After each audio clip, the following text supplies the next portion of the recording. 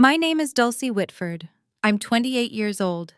For 20 years, my parents called me the slow one, while my sister Miranda collected Harvard degrees and inheritance promises. They mocked my dyslexia at dinner tables, excluded me from family decisions, and paid me a fraction of what they paid her. But on Miranda's graduation day at the Plaza Hotel, in front of 350 guests, a stranger handed me an envelope that would expose every lie my parents ever told about me. What they didn't know? Grandma had been watching. She saw everything. And she left me something that would flip the entire Whitford empire upside down.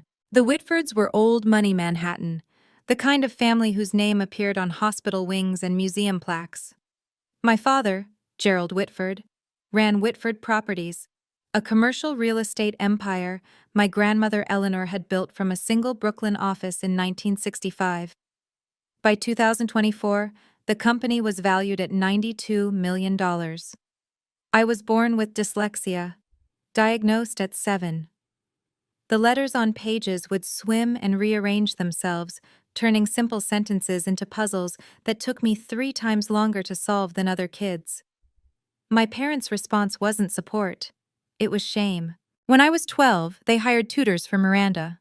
Violin lessons at Juilliard, French immersion classes, SAT prep with a Princeton graduate who charged $400 an hour. When I asked about getting help for my reading, my mother Priscilla just sighed. Dulcie, we've already spent so much on specialists.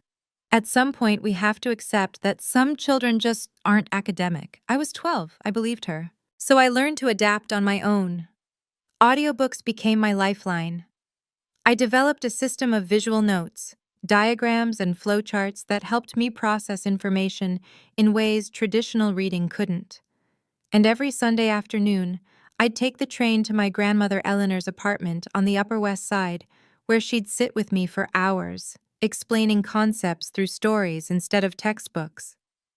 Dulcie, she told me once, her weathered hand covering mine, you read slower than most, but you see things others miss. That's not a disability, sweetheart. That's a different kind of vision. I didn't fully understand what she meant then. I would. Eventually. But first, I had to survive another 19 years of being the Whitford family's embarrassing secret. Christmas 2018. 20 relatives gathered around the mahogany table in my parents' Upper East Side townhouse. Crystal chandeliers, catered dinner, the annual performance of Whitford family perfection. My father stood at the head of the table, wine glass raised. I'd like to make an announcement, he said, his voice carrying that boardroom authority he wore like a second skin. Miranda has been accepted to Harvard Law School, full scholarship. Applause, cheers. Miranda blushed with practiced modesty. My eldest daughter, Gerald continued, beaming, will be the first Whitford to attend Harvard in 3 generations. She's going to take this family, and this company, to extraordinary heights. More applause. Uncle Richard clapped Miranda on the shoulder. Aunt Catherine dabbed her eyes with a napkin. Then my father's gaze drifted down the table. To me. And Dulcie. He paused. The warmth in his voice evaporated. Well, Dulcie is also here. A few relatives chuckled. Soft, uncomfortable laughs. The kind people make when they don't know what else to do. Miranda didn't defend me. She laughed along with them. I stared at my plate, the roasted lamb blurred through the tears I refused to let fall. Under the table, a hand found mine. Thin fingers, papery skin. Grandma Eleanor, seated across from me, squeezed gently. When I looked up, her eyes held something fierce, something that looked almost like fury directed at her own son. She didn't say anything, not then. But 3 months later, she called me to her apartment, said she needed to show me something important. I didn't know it at the time, but that Christmas dinner, that moment of casual cruelty in front of 20 witnesses, had set something in motion, something that would take 5 years to detonate. After graduating from a state university in 2022, not an Ivy, never an Ivy, I applied for a position at Whitford Properties. I wanted to prove I could contribute, that the family business could be my path too. My father agreed to hire me as an administrative assistant, salary $42,000 a year. That same month, Miranda joined as chief legal counsel. Her salary $280,000 plus bonuses. My job consisted of photocopying documents, booking conference rooms, and fetching coffee for executives who never learned my name. I wasn't invited to a single meeting, never shown a single contract, but I watched and I listened. I discovered something about myself during those long hours in the copy room. I could spot patterns others missed. When executives discussed deals in the hallway, I'd sketch diagrams of the relationships between parties, the flow of money, the potential conflicts. A skill I'd developed to compensate for my reading difficulties had become something else entirely. Grandma Eleanor had taught me this. During those Sunday afternoons at her apartment, she'd spread out old contracts from the company's early days and show me how to read them not word by word, but as systems, as structures. Your father reads contracts like a lawyer, she told me once in 2019, just before her health started declining. He looks for what he can exploit. You read them like an architect. You see how all the pieces connect. That same day, she'd handed me a small wooden box, mahogany, with brass hinges. Keep this safe, she'd said. Don't open it yet. When you need it, you'll know. I'd taken the box home, tucked it in my closet, and tried to forget the strange weight of her words. March 2019, Grandma Eleanor's apartment. Grandma. She was 82 then, her once vigorous frame grown thin, her silver hair wispy against the pillow of her armchair. But her eyes, those sharp, knowing eyes, hadn't dimmed at all. Sit down, Dulcie. I sat across from her in the living room where I'd spent so many Sunday afternoons. The walls were covered with photographs. Eleanor breaking ground on her first Brooklyn property in 1965. Eleanor shaking hands with Mayor Koch. Eleanor accepting a Women in Business Award in 1987. Not a single photo of my father at the helm. I built Whitford Properties from nothing, she said, her voice carrying decades of steel. One office, one secretary, 60 years of work. Your father. She paused, and something bitter flickered across her face. Your father inherited it. He didn't build it. He doesn't understand what it means to create something. Grandma, he judges people by their credentials, their degrees, their ability to perform in boardrooms. She leaned forward. I judge people by how they treat those who can't fight back. And you, Dulcie, you're the only one in this family who knows how to be kind.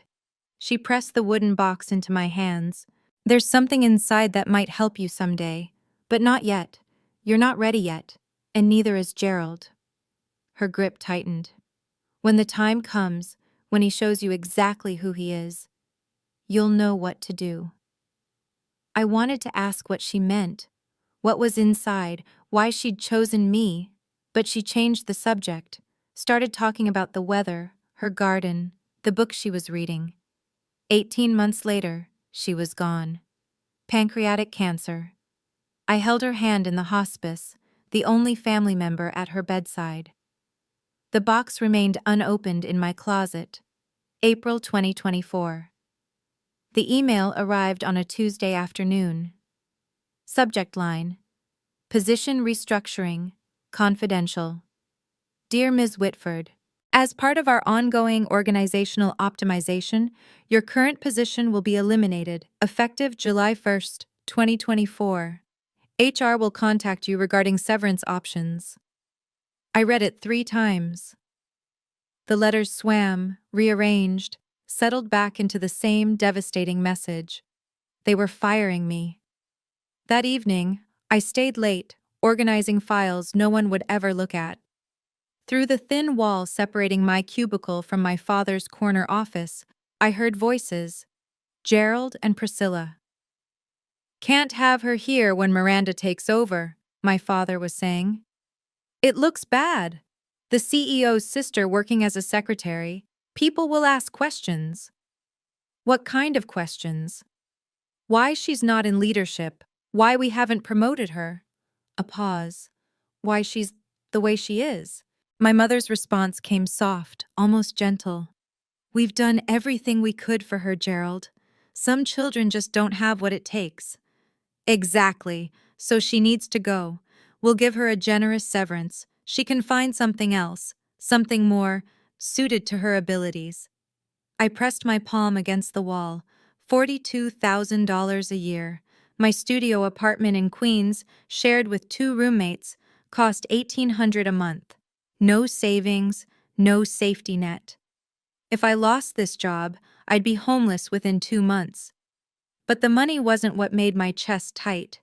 It was the realization settling into my bones like frost. If I let them do this, if I accepted their version of who I was, I would spend the rest of my life as the family failure. Not because I'd actually failed, but because I'd never been given the chance to succeed. Miranda's graduation party was tomorrow. I wondered what other announcements my father had planned. May 15th, 2024. The Plaza Hotel. Grand Ballroom. 350 guests filled the gilded room. Business partners, investors, lawyers from white shoe firms, extended family members I barely recognized. Crystal chandeliers cast prismatic light across silk tablecloths. A 12-piece orchestra played Gershwin in the corner. This was Gerald Whitford's kingdom, his stage, the place where he performed his role as patriarch, as mogul, as the man who had everything. I stood in the entrance, tugging at the hem of my dress. Black. Simple. $79 from Zara, the most I could afford on my salary. Everyone else glittered in designer gowns and tailored tuxedos. My mother intercepted me before I could find a seat. "Dulcie?" Priscilla's gaze traveled from my drugstore makeup to my scuffed heels, her lips pressed into a thin line. "You couldn't find anything nicer? This is what I have." "Well," she adjusted her Cartier bracelet. "You'll be at table 27, near the service entrance. Try not to draw attention to yourself." "Of course." "And Dulcie?" She leaned closer, her Chanel No. 5 overwhelming. "Tonight is Miranda's night. Whatever you're feeling, whatever resentment you think you're entitled to, keep it to yourself. Don't embarrass us." She walked away before I could respond. Table 27 was at the back of the ballroom, partially hidden behind a pillar. My table mates were distant cousins I'd met maybe twice. From my seat, I could see the main stage, the massive portrait of Miranda in her Harvard regalia, the banner reading, "Congratulations, Miranda Whitford, Harvard Law Class of 2024, and near the entrance, standing alone by the door, a silver-haired man in a gray suit. He wasn't mingling, wasn't eating, just watching. His eyes found mine across the crowded room. Something cold prickled down my spine. At 8:30 p.m., the orchestra stopped. The lights dimmed. A spotlight illuminated the stage where my father stood, champagne flute raised. "Ladies and gentlemen, thank you for joining us tonight to celebrate an extraordinary young woman." The applause began before he finished the sentence. Miranda graduated top 5% of her Harvard Law class. She completed a clerkship with Justice Reynolds, and last month, she made partner track at Sullivan and Cromwell in record time. Gerald's voice swelled with pride. "But tonight, I'm not just celebrating her achievements, I'm announcing her future." Miranda joined him on stage, radiant in emerald Valentino. "Effective immediately, Miranda Whitford will inherit my entire estate upon my passing. This includes our family residence at 740 Park Avenue, currently valued at $13 million, a Tesla Model S Plaid, and most importantly," he paused for effect, "the position of CEO of Whitford Properties when I retire." The room erupted, standing ovation, camera flashes. Miranda dabbed at her eyes with performative grace, 350 people celebrating, and not one of them glanced at table 27. The cousin beside me, a woman I'd met at a funeral 8 years ago, leaned over. "Dulcie, right? So what does that mean for you?" I opened my mouth, closed it. What could I say? That I'd just been formally erased from my own family? That the termination letter in my inbox was only the beginning? That every fear I'd ever had about being worthless had just been confirmed in front of everyone who mattered? The applause died down, Miranda hugged our father. Cameras clicked, and through the crowd, the silver-haired man at the door began walking toward me, slowly, deliberately, like he'd been waiting for this exact moment. The man stopped at my table. Up close, I could see he was older than I'd thought, early 60s, with deep-set eyes and the careful posture of someone who spent his life in courtrooms. "Miss Whitford?" "That's me." I straightened in my chair. "Can I help you?" "My name is Jonathan Ellis." He pulled a business card from his breast pocket, cream-colored, embossed, Morrison and Blake, attorneys at law. "I was your grandmother's lawyer." "My grandmother." The words hit like a punch. "Eleanor passed away 3 years ago." "I'm aware." He didn't didn't soften. "She left something for you, with very specific instructions about when to deliver it."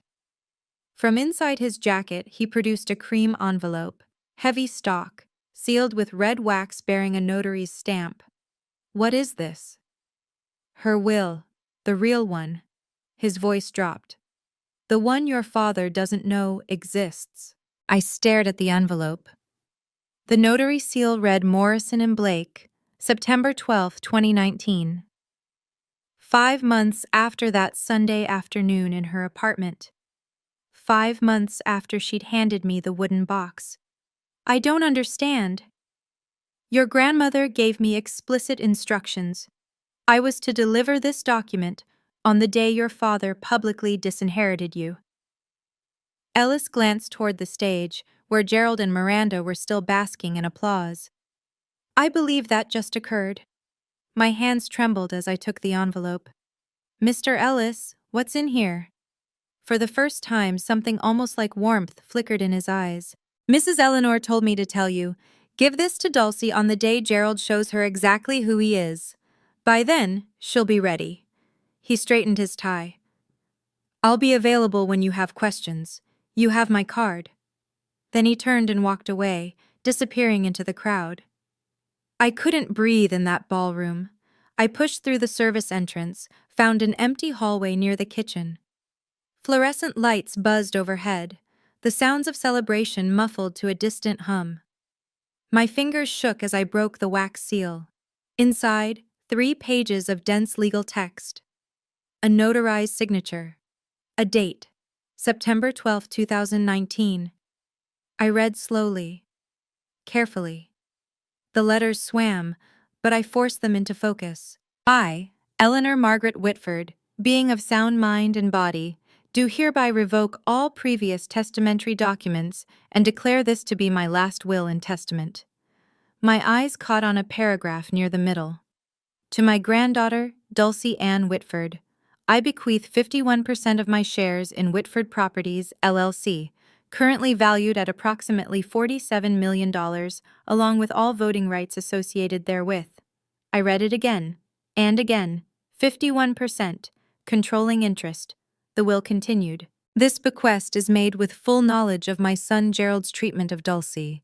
She has been excluded, diminished, and denied opportunity, not due to lack of ability, but due to lack of support. Dulcie is not slow. Dulcie was abandoned, and I will not allow her father's prejudice to continue after my death." A sob caught in my throat. Grandma had seen. She'd seen everything. Condition: to activate this bequest, Dulcie must formally request an emergency board meeting within 72 hours of receiving this document. Failure to act within this window will render this will null and void, and all assets shall transfer per my 2015 testament. 72 hours. The deadline would fall at 8:30 p.m. on May 18th. I leaned against the cold wall, the document clutched to my chest. My grandmother had given me a weapon. Now I had to decide if I was brave enough to use it. Jonathan Ellis was waiting by the coat check when I emerged. "You read it." "The 72-hour clause," my voice cracked. "Why would she put that in?" "Your grandmother knew you, Miss Whitford." He handed me a second card, this one with a personal cell number handwritten on the back. "She knew that if she gave you unlimited time, you might convince yourself not to act. The deadline isn't a punishment, It's permission. Permission? To stop waiting for your family to change their minds about you, to take what's rightfully yours. He checked his watch. The deadline is 8:30 p.m., May 18th. 3 days. If you want to proceed, you'll need to submit a formal request for an emergency board meeting. I can help you draft it. Through the ballroom doors, I could see my father still on stage, posing for photographs with Miranda. My mother circulated among guests, accepting congratulations as if she'd earned them herself. If I did this, if I invoked the will, I would destroy every relationship I had left. My parents would never forgive me. Miranda would see it as betrayal. But if I stayed silent, I would accept their verdict. I would become exactly what they'd always said I was, the failure, the slow one, the daughter who didn't matter. Miss Whitford, Ellis's voice cut through my spiral.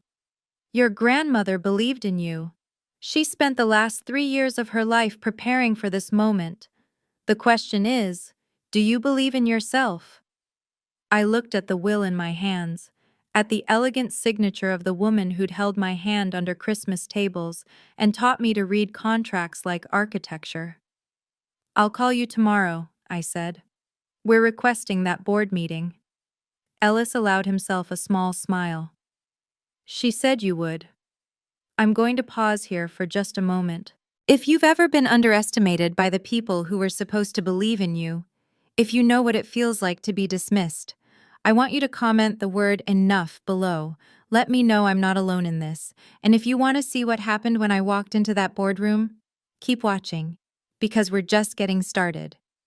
Now back to the story. That night, back in my cramped Queens apartment, I finally opened the wooden box. My roommates were asleep. The only light came from the street lamp outside my window, casting orange stripes across my bed where I sat cross-legged, the mahogany box in my lap. The brass hinges creaked as I lifted the lid. Inside, a handwritten letter on Eleanor's personal stationery, a faded document with a 1965 date stamp, and a USB drive, sleek and modern, clearly added much later. I reached for the letter first. My dearest Dulcie, if you're reading this, then Jonathan has done his job, and your father has done exactly what I feared he would. I'm sorry I couldn't protect you while I was alive, but I can protect you now. The enclosed document is the original partnership agreement from 1965, when I founded Whitford Properties with 2 colleagues who have long since passed. Your father has never seen it. It establishes that the founder's shares carry permanent voting rights that cannot be diluted or transferred without board approval. The USB contains something else. Something your father hoped I'd forgotten. In 2018, Gerald proposed a resolution to reduce my voting rights from 51% to 10%. His stated reason? I was too old to understand modern business. The real reason? He wanted control, and I was in his way. The board rejected his proposal by 2 votes. I was one of those votes. I never forgot what he tried to do. And I never forgave him for the way he treated you to justify it, as though diminishing you somehow proved I was unfit. Use this wisely, Dulcie. Not for revenge, for justice. All my love, Grandma Eleanor. I plugged the USB into my laptop. The file was labeled, Board Meeting Minutes March 2018, PDF. My father's attempt to strip his own mother of power. Documented, time-stamped, evidence, May 16th, 9:00 a.m. Margaret Coleman answered on the second ring. Dulcie Whitford. Her voice carried the rasp of someone who'd smoked for decades and laughed even longer. I've been wondering when you'd call. You know who I am? Sweetheart, your grandmother and I built half of Brooklyn together in the 70s. She talked about you constantly. A pause. She also told me about the will. 3 years ago, right before she passed. I gripped my phone tighter. Then you know what I'm about to do. I know what you're considering doing. There's a difference. Margaret's tone shifted, sharper now, more businesslike. You want to request an emergency board meeting. That requires 3 board members to sign the petition. I'm one. You'll need 2 more. Can you help me find them? I can do better than that. I heard papers shuffling in the background. Gerald Whitford isn't as popular as he thinks. His management style is, let's call it autocratic. At least 4 board members have expressed concerns privately. They just need someone to go first. Hope sparked in my chest. Who? Richard Holloway. Susan Park. She corrected herself. Susan Parker. They've both been on the receiving end of Gerald's temper in closed sessions. I'll make some calls. Another pause. Dulcie, I need you to understand something. This isn't going to be pleasant. Your father will fight. Your sister will fight. They'll say terrible things. They've been saying terrible things my whole life. At least now I get to respond. Margaret laughed, a warm, genuine sound. Eleanor always said you had steel under all that quiet. I'm starting to see what she meant. She cleared her throat. I'll have the petition ready by tonight. Board meeting request, May 18th, 10:00 a.m., Whitford Tower, 42nd floor. Thank you, Margaret. Don't thank me yet. Thank me when you're sitting in that boardroom. May 17th. Gerald found out about the board meeting at 4:00 p.m.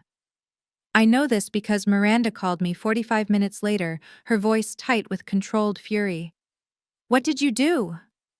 I was sitting in my cubicle at Whitford Properties, pretending to organize files. I don't know what you're talking about. Dad just got a notice from the board secretary. Emergency meeting tomorrow, requested by Margaret Coleman and 2 other directors. A pause, sharp as broken glass. Margaret Coleman hasn't requested anything in 15 years. What did you do? Maybe she has concerns about company management. Don't play games with me, Dulcie. Miranda's composure cracked. If you're trying to embarrass us, trying to make some kind of scene, I'm just doing my job, Miranda. Same as always. She hung up without saying goodbye. 20 minutes later, Gerald stormed past my cubicle on his way to his office.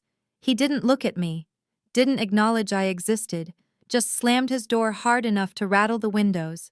Through the wall, I heard him on the phone. Ridiculous waste of time. Margaret's probably going senile. We'll address her concerns and move on. No, I'm not worried. Dulcie? My God, Miranda, she can barely read a spreadsheet. She's not a threat to anyone. I smiled.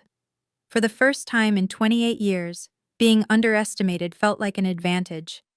That night, in my apartment, I prepared. Printed 3 copies of the will, downloaded the 2018 board minutes onto my phone as backup, wrote a brief statement, not an accusation, just a presentation of facts. Jonathan Ellis confirmed he'd attend as the authenticating attorney.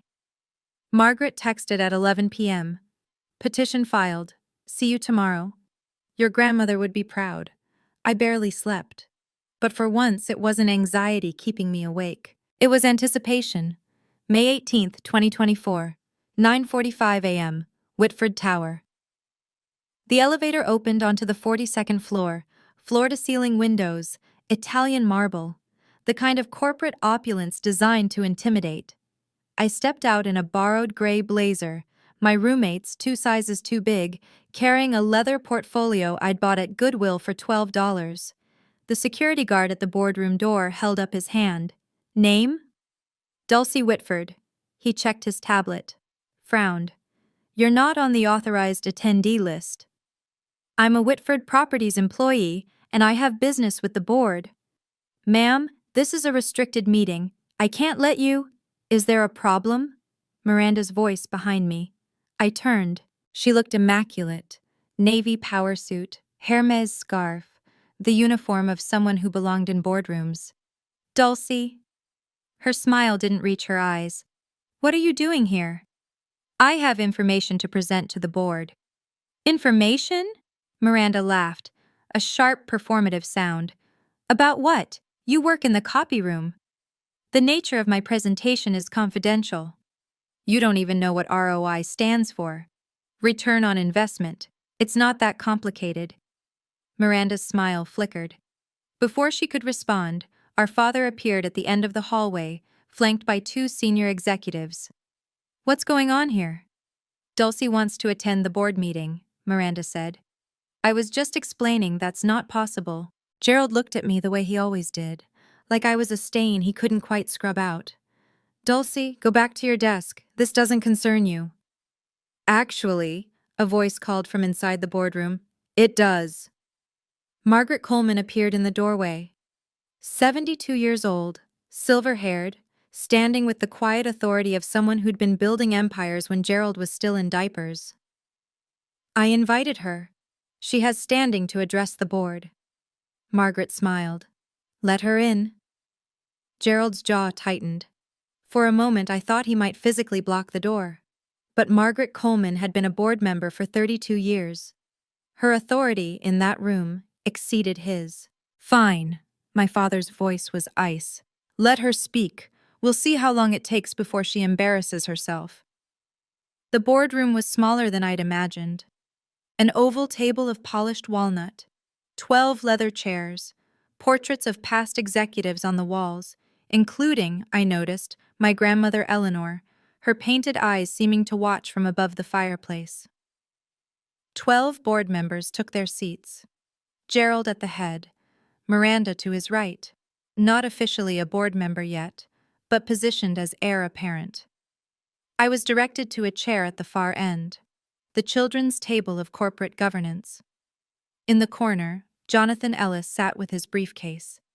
He caught my eye, nodded once. Robert Hartley, the board chairman, a distinguished man in his mid-60s who'd known my grandmother for decades, called the meeting to order. This emergency session was requested by Margaret Coleman, Richard Holloway, and Susan Parker. Margaret, you have the floor. Margaret rose. Thank you, Robert. I'll keep my remarks brief. She gestured toward me. The matter I wish to address concerns a document that has recently come to light, a document that affects the ownership structure of this company. I yield my time to Miss Dulcie Whitford. All eyes turned to me. Miranda smirked. Gerald leaned back in his chair with theatrical boredom. I stood. My hands were steadier than I expected. Thank you, Mrs. Coleman, and thank you to the board for allowing me to speak. I opened my portfolio. What I'm about to present may come as a surprise to some of you. I ask only that you listen to the evidence before reaching any conclusions. Gerald sighed audibly. I ignored him. Before I could continue, my father raised his hand. I'm sorry, Robert, but before we waste the board's valuable time. Gerald stood, buttoning his jacket with deliberate slowness. I need to provide some context. Gerald, Margaret started. Dulcie is my daughter. His voice carried that patronizing warmth he used for difficult clients. And I love her, but she's not qualified to address this board on any business matter. She works in an administrative role. She has no legal training, no financial background, no strategic experience. Miranda chimed in, her tone dripping with false sympathy. Dulcie also has dyslexia. She struggles with reading. We've tried to support her, but...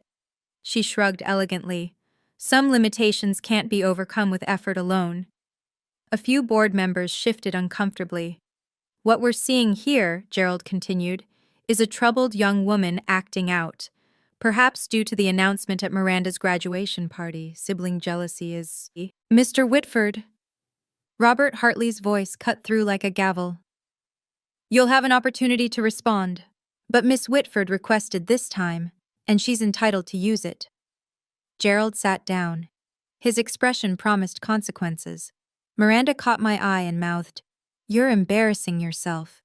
I looked at them both, my father, my sister, and felt something shift inside me. Not anger, something colder, clearer. They weren't trying to protect me. They weren't even trying to protect the company. They were trying to protect their version of the story. The version where I was nothing. Thank you, Mr. Hartley.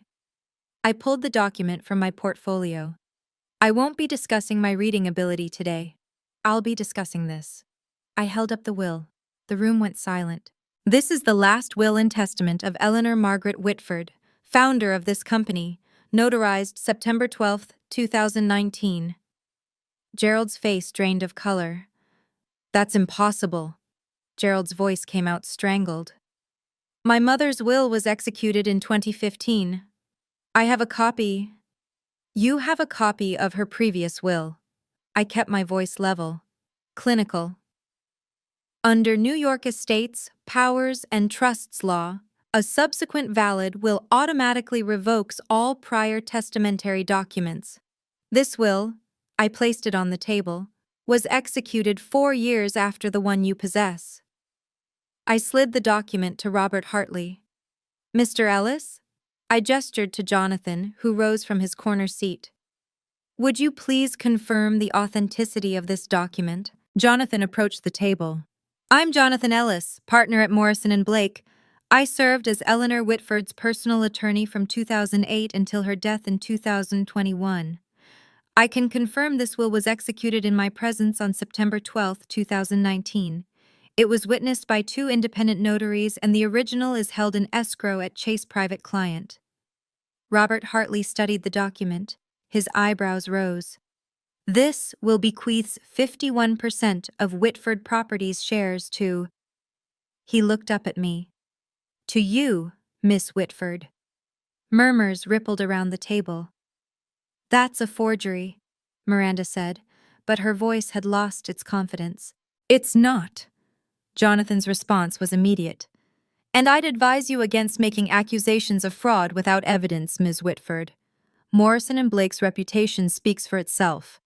Gerald slammed his palm on the table. This is absurd. My mother was ill. She was being manipulated. Manipulated? I pulled out my phone. Perhaps you'd like to explain this then. I pressed play on the 2018 board meeting audio. My father's voice filled the room. Eleanor is 81 years old. She doesn't understand modern business. I moved to reduce her voting rights to 10%. The recording ended. The silence that followed was absolute. That recording? Gerald's face had turned a mottled purple. That was a private board discussion, which Eleanor attended. I kept my voice steady. She recorded it, as was her right as a shareholder. Robert Hartley set down the will. His expression had shifted from neutral to something harder. Miss Whitford, would you read the relevant passage aloud? For the record. I nodded, took a breath. To my granddaughter, Dulcie Ann Whitford, I bequeath 51% of my shares in Whitford Properties LLC, along with all voting rights associated therewith. I paused, letting the words settle. This bequest is made with full knowledge of my son Gerald's treatment of Dulcie. She has been excluded, diminished, and denied opportunity, not due to lack of ability, but due to lack of support. Miranda made a choking sound. Dulcie is not slow. Dulcie was abandoned, and I will not allow her father's prejudice to continue after my death. I looked directly at my father. Gerald has confused credentials with character, degrees with worth. He tried to strip me of my voting rights because I saw through him. He marginalized Dulcie because she reminded him of the kind of person he refuses to be. Gerald said nothing. His hands, I noticed, were trembling. The will concludes, I built this company from nothing. I choose who carries it forward. I choose Dulcie. Robert Hartley removed his reading glasses. Jonathan, you can confirm this document is legally binding? I can. The 2015 will is superseded. As of this moment, Dulcie Whitford is the majority shareholder of Whitford Properties. Margaret Coleman smiled quietly. Richard Holloway and Susan Parker exchanged glances, and for the first time in my life, I watched my father look at me with something other than dismissal. It was fear. This doesn't prove anything, Miranda said, but her voice had turned brittle. Even if the will is valid, which we'll contest, Dulcie has no business experience. She can't run a company. I'm not asking to run the company. I address the full board now. I'm asking you to examine the facts. I pulled the 2018 board minutes from my portfolio. March 14, 2018. Gerald Whitford proposed Resolution 2018-07 to reduce Eleanor Whitford's voting shares from 51% to 10%. His stated rationale, I found the passage. The founder is no longer capable of understanding modern business operations. That was taken out of context, Gerald said. The resolution failed by 2 votes, Eleanor's vote and Margaret Coleman's. I looked at Margaret. Is that accurate? Margaret nodded slowly. It is. Eleanor called me that night. She was devastated. Not because of the resolution, she knew it would fail, but because her own son had tried to take everything she'd built. This is ancient history, Gerald started. It's evidence. I cut him off. Evidence that my grandmother wasn't suffering from diminished capacity when she wrote that 2019 will. She was protecting herself from her own son, and she was protecting me. Robert Hartley looked around the table.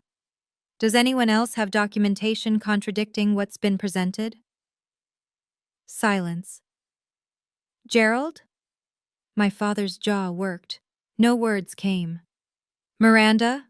My sister stared at the table. Her perfect composure had cracked entirely. Richard Holloway spoke for the first time.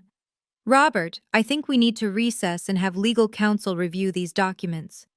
Agreed. Hartley checked his watch. We'll reconvene in 15 minutes.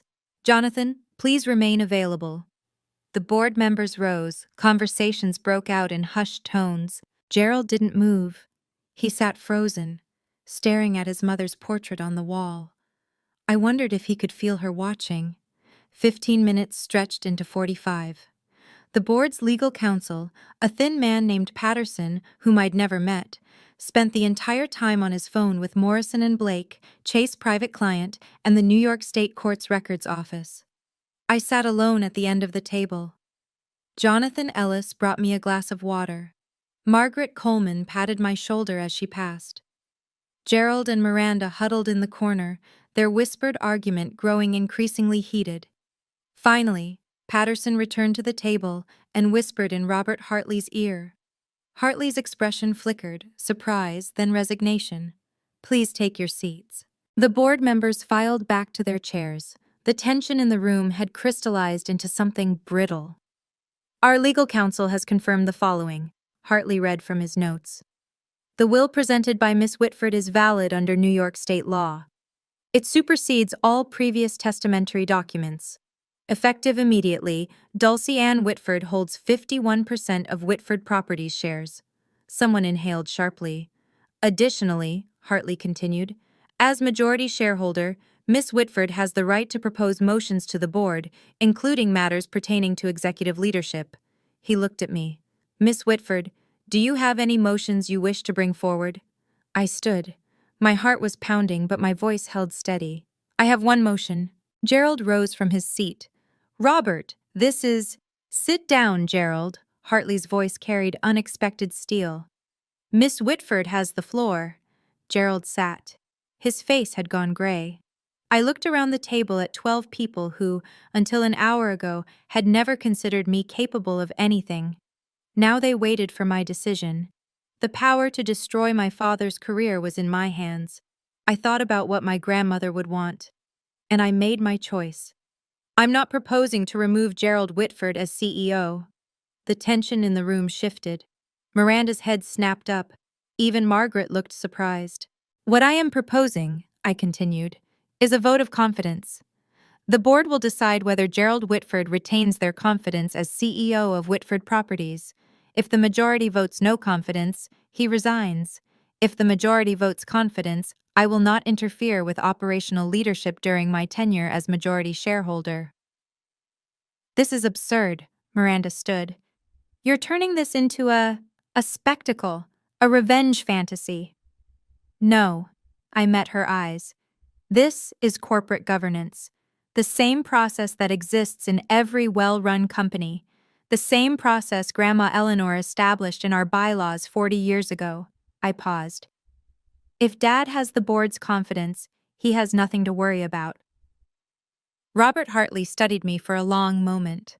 Something like respect flickered in his expression. Is there a second for this motion? Seconded. Margaret Coleman didn't hesitate. Then we'll vote. All those expressing confidence in Gerald Whitford as CEO, raise your hands. 4 hands went up. Gerald's allies. People who owed their board seats to his recommendations. All those expressing no confidence. 7 hands rose. Robert Hartley counted twice. Then he set down his pen. The motion carries, 7-4, with one abstention. He turned to Gerald. Mr. Whitford, the board has voted no confidence. Per section 14.3 of our bylaws, you have 30 days to tender your resignation. Gerald said nothing. He stood, looked at me, really looked at me. For what might have been the first time in my life, I expected rage, hatred, threats. What I saw was worse. Recognition, the understanding that he'd underestimated me so completely that he'd lost everything. He walked out without a word. I know what some of you are thinking right now. Why didn't she just fire him? Why give him the chance to keep his job? Because revenge isn't justice. Because destroying someone doesn't undo what they did to you. And because my grandmother didn't raise me to be cruel, she raised me to be fair. If that resonates with you, hit like, hit subscribe, turn on notifications, because the story isn't over, not even close. Now, back to what happened after that boardroom cleared.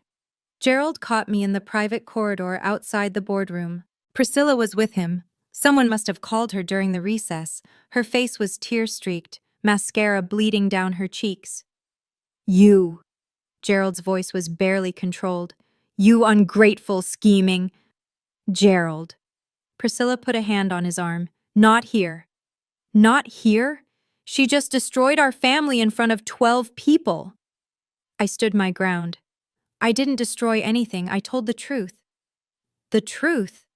Gerald laughed bitterly. Your grandmother was manipulated. That lawyer Ellis, he must have… Grandma Eleanor wrote that will 5 months after you tried to strip her of power, because she saw exactly who you are. My voice didn't waver. You didn't lose because I betrayed you.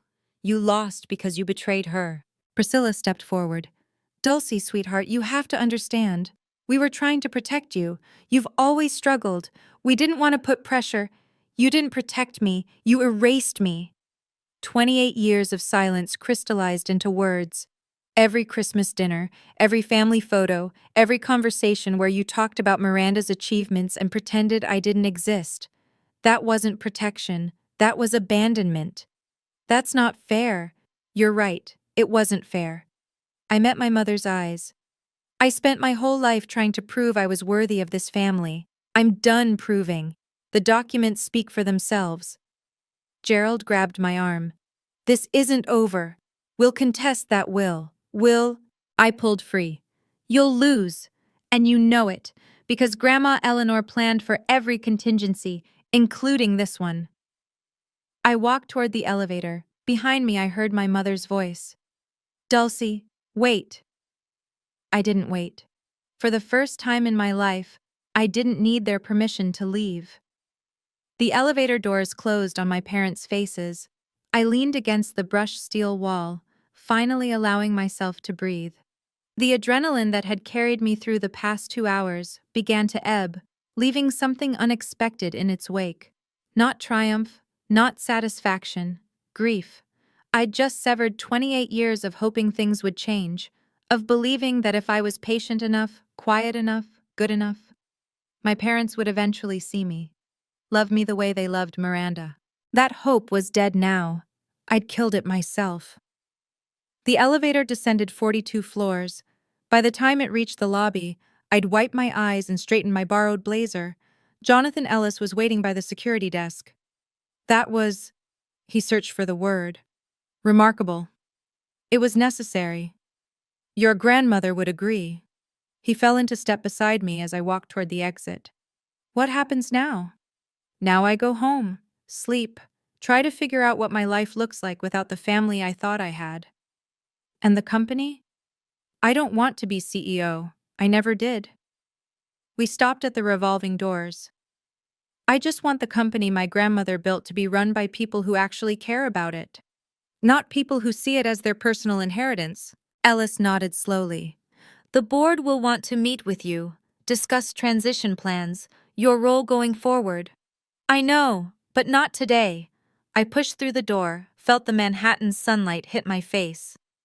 Today, I just need to be Dulcie Whitford, not a shareholder, not a victim, not a symbol. And tomorrow? I looked back at Whitford Tower, 42 stories of glass and steel bearing my family's name. Tomorrow I start building something new. May 19th, 2024. Gerald Whitford signed his resignation letter at 4 p.m. I wasn't there. I learned about it through an email from Robert Hartley. Miss Whitford, your father has tendered his resignation effective June 15th, 2024. The board has appointed me as interim CEO while we conduct a search for permanent leadership. Additionally, the board has voted to offer you a formal position, strategic advisor to the board. This role would allow you to participate in major decisions while you determine your long-term relationship with the company. Please let me know your thoughts. Regards, Robert Hartley. I read the email 3 times, habit, and then forwarded it to Jonathan Ellis for review. His response came within an hour. Fair offer, no hidden strings. Congratulations, Dulcie. That evening, an all-staff email went out to the Whitford Properties team. Effective June 15th, Gerald Whitford will step down as CEO. Robert Hartley will serve as interim CEO. Additionally, the board welcomes Dulcie Whitford as a strategic advisor in her capacity as majority shareholder. We thank Gerald for his years of service and wish him well in future endeavors. My phone buzzed with messages. Colleagues I'd worked beside for 2 years, people who'd never learned my name, suddenly wanted to have coffee, to reconnect, to catch up. I ignored most of them. But one message stood out. From Patricia Morales, an executive assistant who'd started at the company in 1987, who'd worked directly with my grandmother. Dulcie, Eleanor used to talk about you constantly. She said you saw things others missed. I never understood what she meant until today. Welcome to the boardroom. She'd be so proud. I saved that message. Some validation doesn't come from family. Sometimes that's better. 1 week later, the story went public. New York Business Journal. Whitford Properties. Shakeup. Founder's granddaughter takes control after secret will surfaces. The article didn't name me directly. Corporate privacy laws prevented that, but anyone in Manhattan real estate circles knew exactly who it was about. In a dramatic turn of events, the heir apparent to the Whitford Properties empire has been displaced by a previously unknown family member. Sources close to the board describe the transition as long overdue and cite concerns about the former CEO's management style. Gerald and Priscilla canceled their appearance at the Metropolitan Museum Gala. Health reasons, according to their publicist. 3 investment partners requested meetings with me personally, not with my father, not with the board, but with me. 2 of them, after an hour-long conversation each, confirmed they'd continue their relationship with Whitford Properties. We've had concerns about Gerald's leadership for years, one admitted. Your grandmother built something special. It's good to see her vision protected. The social fallout rippled outward. Friends of my parents suddenly remembered previous engagements. Invitations to charity events dried up. The Whitford name, which had once opened every door on the Upper East Side, now carried an asterisk. I didn't celebrate their humiliation, but I didn't mourn it either. Margaret Coleman called me on Saturday morning. How are you holding up? I don't know yet. Ask me in 6 months. Fair enough. A pause. Eleanor would have handled it exactly the same way, you know. The vote of confidence instead of termination, giving him a chance he didn't deserve. She laughed softly. She always said mercy was the ultimate power move. I thought about that for a long time after we hung up. Mercy wasn't weakness. Mercy was choice. And for the first time, the choice had been mine. June 8th, 2024. 3 weeks after the board meeting. My phone rang at 2 p.m. Dulcie? My mother's voice sounded smaller than I'd ever heard it. Can we talk? Just us? I agreed to meet her at a coffee shop in Midtown. Neutral territory. No chance of Gerald appearing with lawyers. Priscilla was already there when I arrived.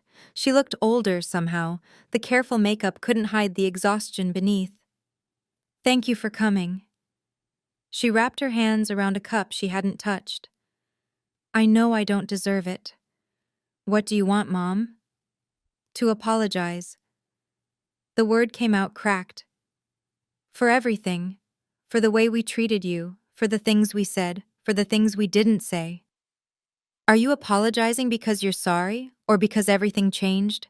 She flinched. The question hung between us like smoke. Both, she finally admitted. I'm ashamed to say it, but both. Her eyes welled. I was so focused on Miranda's success, on maintaining appearances. I told myself we were protecting you from expectations you couldn't meet. But that was a lie I told myself, so I wouldn't have to feel guilty. You let Dad call me worthless in front of family, in front of business partners. You never defended me, not once. I know. A tear slipped down her cheek. I know, and I can never undo it. But Dulcie, I don't want to lose you entirely. I don't know if that's even possible anymore, but I had to try. I looked at this woman who'd been my mother for 28 years, who'd braided my hair as a child and forgotten my birthday as an adult. I can't pretend the last 20 years didn't happen, I said slowly, but I'm willing to try building something new, something honest. She nodded, unable to speak. It wasn't forgiveness, but it was a start. August 2024, 2 months later. Miranda called while I was walking through Central Park. I almost didn't answer. Dulcie, I know I have no right to ask, but can we meet? There's something I need to say. We sat on a bench near Bethesda Fountain. The August heat pressed down like a weight. Miranda looked different. The armor of perfection she'd worn her whole life had cracked. Dark circles under her eyes, hair pulled back carelessly. I've been in therapy, she said without preamble. Since May, 3 times a week. That's good. It's brutal. She laughed humorlessly. Turns out, being the golden child isn't actually a gift. It's a different kind of cage. I waited. Dad expected me to be perfect. Every grade, every achievement, every award was never enough. It was just the baseline for what came next. She stared at the fountain. And the way they treated you, I told myself it was just how things were, that you were different, that I was protecting you by not challenging them. You weren't protecting me. No, I was protecting myself. Because if I defended you, I became a target too. She finally looked at me. That's not an excuse, it's just the truth. What do you want from me, Miranda? Nothing. I don't deserve anything. Her voice cracked. I just wanted you to know. I see you now. Really see you. And I'm sorry I didn't look sooner. We sat in silence, 2 sisters who'd grown up in the same house as strangers. I can't go back to how things were, I said finally. But I'm not interested in staying enemies either. Maybe we start over, from scratch. Miranda's eyes filled with tears. I'd like that. It wasn't the sister relationship I'd wanted as a child, but maybe it could become something real. November 2024, 6 months after the board meeting. I moved into my own apartment in Brooklyn Heights. 1 bedroom, pre-war building. A view of the bridge my grandmother had walked across to her first office in 1965. The rent was more than I'd ever paid, but I could afford it now. My new salary as Director of Sustainable Development at Whitford Properties, $185,000 a year, plus dividends from my shares. The title was my idea. A new division focused on green building practices, sustainable real estate, environmental impact assessments. The kind of innovation my grandmother would have championed if she'd lived to see it. Gerald called once a month now. Short conversations, polite. He asked about the weather, about my new apartment, about work. We both pretended the past hadn't happened. It was easier that way. Priscilla and I had lunch every other week.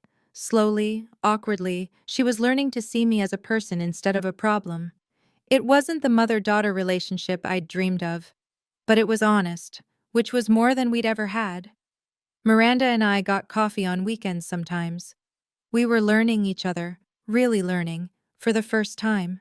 She told me about the pressure she'd carried. I told her about the loneliness. Neither of us pretended the past was okay. But we were writing a new story. On the wall of my apartment, I'd hung my grandmother's portrait. the same one that had watched over the boardroom for 40 years. Sometimes, when the evening light hit it just right, I could almost see her smiling. "You did it, Grandma," I thought. "You gave me the tools. I just had to be brave enough to use them. 6 months ago, I was invisible. Now I was finally, fully, myself." Looking back, I understand something now that I couldn't have understood at 27. My grandmother didn't leave me 51% of her company because I was better than Miranda. She left it to me because she knew I wouldn't let power corrupt me the way it had corrupted my father. Dyslexia isn't my flaw. It's part of who I am, like my visual memory, my patience, my ability to see patterns others miss. The things that made me slow in my parents' eyes were the same things that made me see the truth when everyone else looked away. Gerald judged worth by credentials, by degrees, by performance. Eleanor judged worth by character, by kindness, by the way people treated those who couldn't fight back. And now, finally, I get to judge my own worth. Not by what my parents say, not by what my sister achieved, not by what any stranger on the internet thinks, by my own standard, my own measure, my own truth. If you're watching this and you recognize yourself in my story, if you've ever been the overlooked one, the dismissed one, the one they said would never amount to anything, I want you to know something. You don't need a secret inheritance to prove your value. But you do need to give yourself permission to stop seeking approval from people who will never give it. Boundaries aren't walls, they're doors. They let you decide who gets access to your life and on what terms.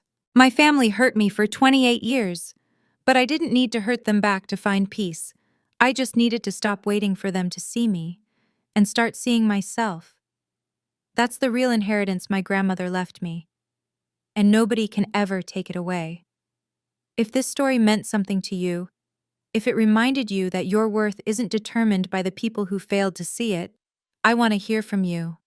Subscribe, hit the bell, leave a comment telling me your story. And if you want more stories like this, stories about ordinary people who found the courage to stand up for themselves, check the link in the description. Thank you for being here. Thank you for listening. Until next time.